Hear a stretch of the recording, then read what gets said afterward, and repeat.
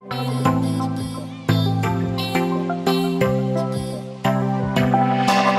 party has ended for President Donald Trump, who has returned to the White House to get back to work after a week-long Mar-a-Lago stay filled with golf, family time and a lavish New Year's Eve party. Will be leaving Florida for Washington, D.C., today at 4 p.m. Much work to be done, but it will be a great new year, Trump tweeted Monday morning. Hours later, the president and his family landed back in D.C. Monday evening shortly after 7 p.m. Trump predicted a fantastic 2018 on Sunday night as he strolled down a red carpet to bid farewell to 2017 with an exclusive bash at his private club, accompanied by First Lady Melania Trump and son Barron. A tuxedo Trump spoke to reporters as he entered the gilded ballroom at Mar-a-Lago. He said the stock market will continue to rise in 2018 and that companies are going to continue to come into the U.S. When he was asked for his reaction to North Korea leader Kim Jong-un's remarks about having a nuclear button on his desk,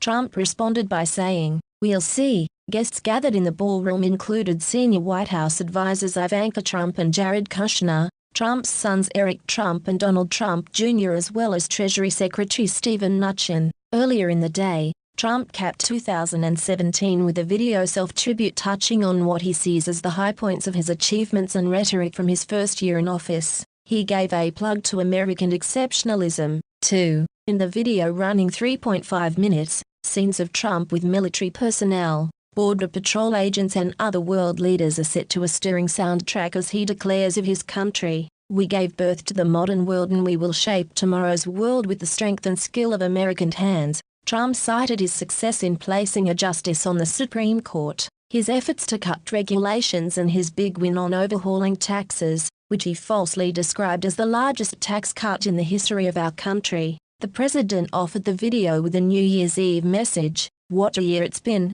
and we're just getting started. Together, we are making America great again. Happy New Year." He later offered another Twitter message, loaded with his signature bombast, "As our country rapidly grows stronger and smarter, I want to wish all of my friends, supporters, enemies, haters, and even the very dishonest fake news media, a happy and healthy new year. 2018 will be a great year for America." Trump offered his condolences Sunday to the victims of a shooting in suburban Denver that killed one sheriff's deputy and wounded 6 other people, including 4 deputies. He tweeted, "We love our police and law enforcement. God bless them all." The president also had lunch with Florida Governor Rick Scott on Sunday before his lavish party. According to the White House, they discussed hurricane recovery efforts, the need to improve infrastructure and many other matters important to the people of Florida. The governor came with some specific concerns, the need for repairs to the federally operated Herbert Hoover dike surrounding Lake Okeechobee and the recovery of Florida's citrus industry from Hurricane Irma, said his spokesman, John Tubbs. Trump has encouraged Scott to challenge Senate Bill Nelson, a Democrat, in 2018. Scott said in December that he had not made up his mind, though there have been multiple signs he is considering a run. On Christmas Day, Trump tweeted that he would be getting back to work right after the holiday. "I hope everyone is having a great Christmas, then tomorrow it's back to work in order to make America great again, which is happening faster than anyone anticipated," the president tweeted on Christmas Day. But on Tuesday, the president scheduled a morning tea time at one of his Florida golf courses and spent 5 hours away from his Mar-a-Lago resort. The White House confirmed that Trump was golfing with Georgia Senator David Perdue, along with 2 PGA players, Bryson DeChambeau, a member of the PGA Tour, and former PGA player Dana Quigley. Since the tweet, Trump has issued an occasional tweet while his staff jousts with the news media over coverage. His official schedule had no public events all week.